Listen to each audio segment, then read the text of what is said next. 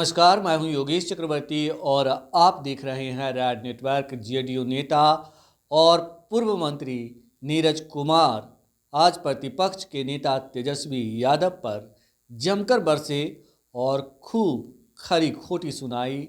इसके साथ ही उन्होंने नीतीश सरकार के तमाम उपलब्धियों को चुन चुन कर गिनाया। उन्होंने दावा किया कि उनकी सरकार राज्य में अब तक कई इंजीनियरिंग और मेडिकल कॉलेज खोली है। इसके साथ ही उन्होंने कहा कि हम इस बात को लेकर दृढ़ संकल्प हैं कि बिहार का न सिर्फ तस्वीर बल्कि तकदीर भी बदलेंगे। देखिए नीरज कुमार ने और क्या कुछ कहा। और माननीय तेजस्वी यादव जी का जब कोरोना काल में लोकेशन नहीं मिल रहा था, वो वीडियो आप लोग के पास उपलब्ध होगा। सर्वदलीय बैठक हो रही थी, टावर का लोकेशन मिला दिल्ली का। उस वीडियो में उन्होंने कहा सर्वदलीय बैठक में तेजस्वी यादव ने कि बिहार के श्रमिक अगर बाहर नहीं जाएंगे तो बाहर के कल कारखाने कैसे चलेगा। उनको चिंता इस बात की थी, स्वाभाविक चिंता भी है, संपत्ति बाहर में है, तो बिहार के बाहर की उनको चिंता थी। पलायन की चिंता उनके लिए राजनीति का एजेंडा हो सकता है, लेकिन उनकी चिंता थी कि बाहर के कारखाने कैसे चलेंगे। उदाहरण है, मैं उदाहरण के रूप में बताना चाहता हूं। इस बिहार में 2005 में 5 पॉलिटेक्निक कॉलेज थे और 2020 में 44 पॉलिटेक्निक कॉलेज। जरा ज्ञानवर्धन कर ले तेजस्वी यादव जी, पॉलिटेक्निक कॉलेज की फीस कितनी है? 5 रुपया प्रति माह, ओनली 5 रुपीज। और वहां के बच्चों को और अन्य राज्य में जो बच्चे जाते थे 3 वर्षीय कोर्स के लिए, सिर्फ ट्यूशन फीस के नाम में जो हमारे बच्चे पढ़ रहे हैं, कि पलायन रुका है कि पलायन बढ़ा है। केवल एक उदाहरण के रूप में मैं बताना चाहता हूं केवल इसको। और साथ ही साथ हम यह भी बताना चाहते हैं, मौका मिला तो 0 सन्नाटा कर दिए थे इंजीनियरिंग कॉलेज में। चरवाहा विद्यालय खोल रहे थे। आजकल पूछते हैं कि एक महीना के बाद, हालांकि 1 महीना उनका लगातार चल रहा है। बहुत दिन पहले भी हम सुने कि 1 महीना के बाद तो न्यायिक खरमास में गए, अब तो पारंपरिक खरमास शुरू हो गया है। कब भय प्रकट कृपाला कब होंगे कोई नहीं जानता है। मैं पूछना चाहता हूं, 1990 से 2005 तक एक भी इंजीनियरिंग कॉलेज इस बिहार में नहीं खुला था, और 2020 में 39 इंजीनियरिंग कॉलेज हम लोगों ने खोला, 39। और 3 इंजीनियरिंग कॉलेज उस समय चल रहे थे, उसमें भी ताला चाबी लगा दिया कि बंद करो इंजीनियरिंग कॉलेज, चरवाहा विद्यालय, पहलवान विद्यालय चलेगा। और वर्तमान में जो सरकारी इंजीनियरिंग कॉलेज हैं 9155 सीट है, और प्राइवेट इंजीनियरिंग कॉलेज में 700 सीट है। और जरा इसका ट्यूशन फीस भी जरा अवलोकन कर लें, मात्र 10 रुपया प्रति महीना,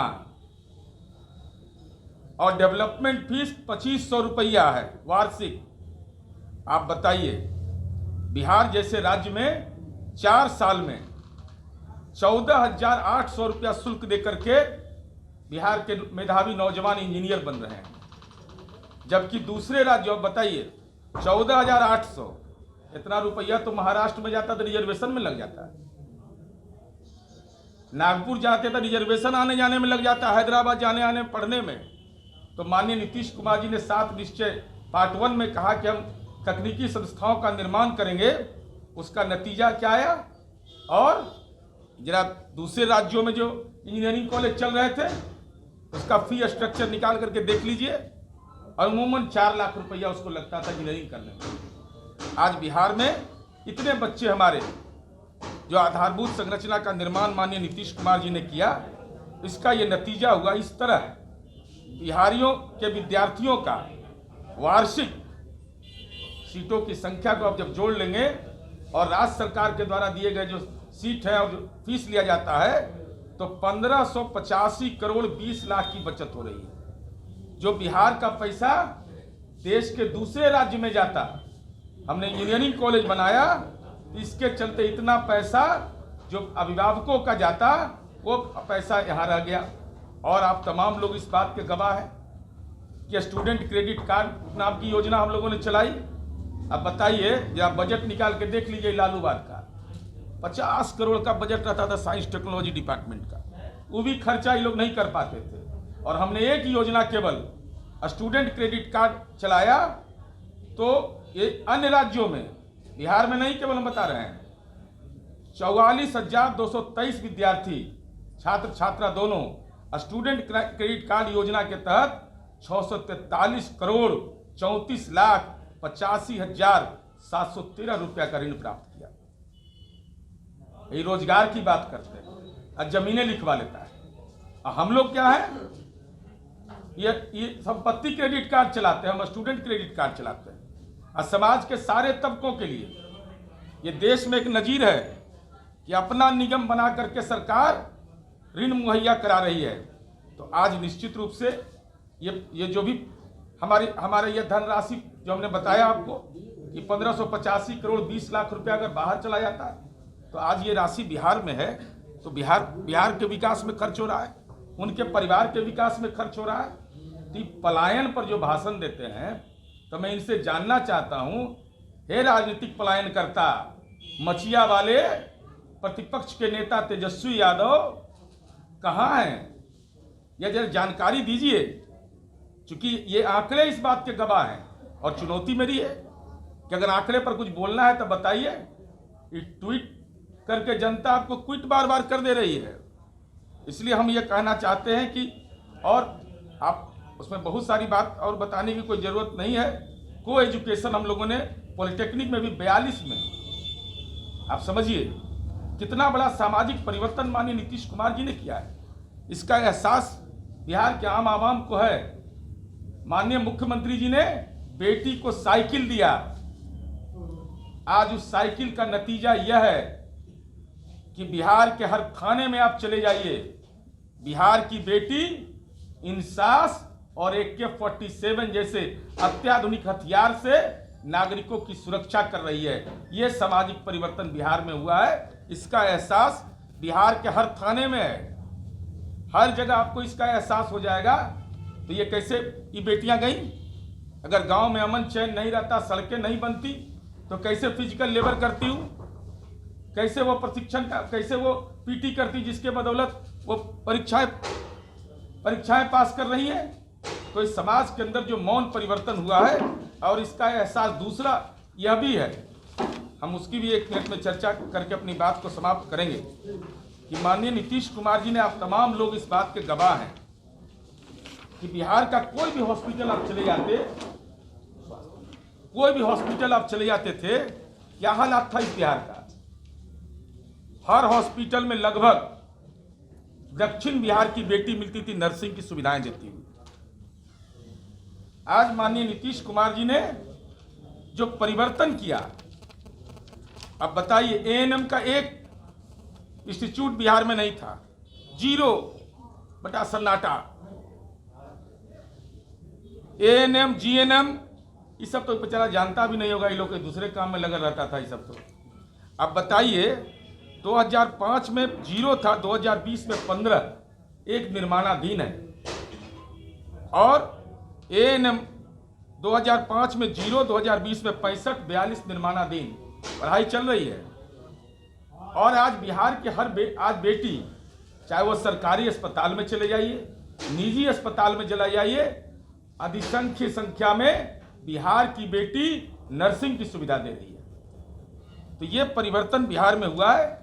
इसलिए हम ये समझते हैं कि चाहे जो भी क्षेत्र हो, जो 7 निश्चय पार्ट 2 हमारा है, उसके तहत हम लोगों ने जो काम किया है उसका एहसास, और अब तो हम लोगों ने तय किया है, चूँकि 79% आबादी हमारी कृषि पर निर्भर है, कानून का राज, सड़कों की संपर्कता, बिजली की उपलब्धता के बाद माननीय नीतीश कुमार जी ने तय किया है कि हर खेत तक हम सिंचाई का पानी पहुंचा देंगे।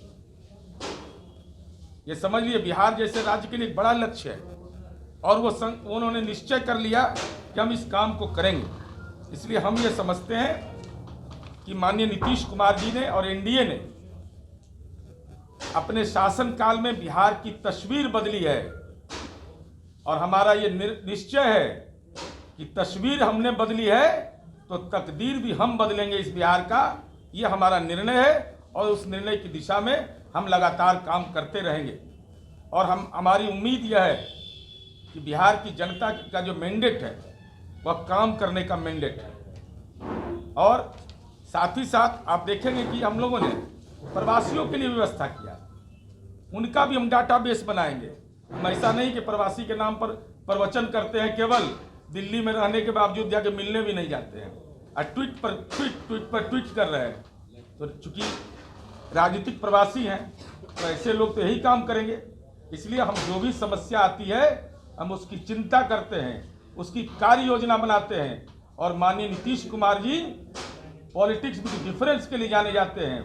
तो पॉलिटिक्स विद डिफरेंस का जो नतीजा होता है वह विभिन्न मानकों के आधार पर बिहार जैसे राज्य में जनसंख्या घनत्व का राज्य, भूमि का अधिभार, उसके बावजूद हमने जो विकास की रूपरेखा तय की है, तेजस्वी यादव जितनी बौद्धिक क्षमता है, चाहे किसी को नॉमिनेट कर दो, किसी भी विषय में जहां मर्जी करे वहां हम बहस करने को तैयार हैं। अपने अपने पैतृक गांव में तैयारी करिए, जो आपके दल के बड़े नेता हैं, हम बहस करने को तैयार हैं। लेकिन ट्वीट कर करके बिहार की राजनीति की जो समरसता है उसको बिगाड़ने की कोशिश, अगर नापाक कोशिश करिएगा तो जनता ने जनादेश का हलंत लगाया आपको 2019 में और 2020 में भी हलंत लगा है।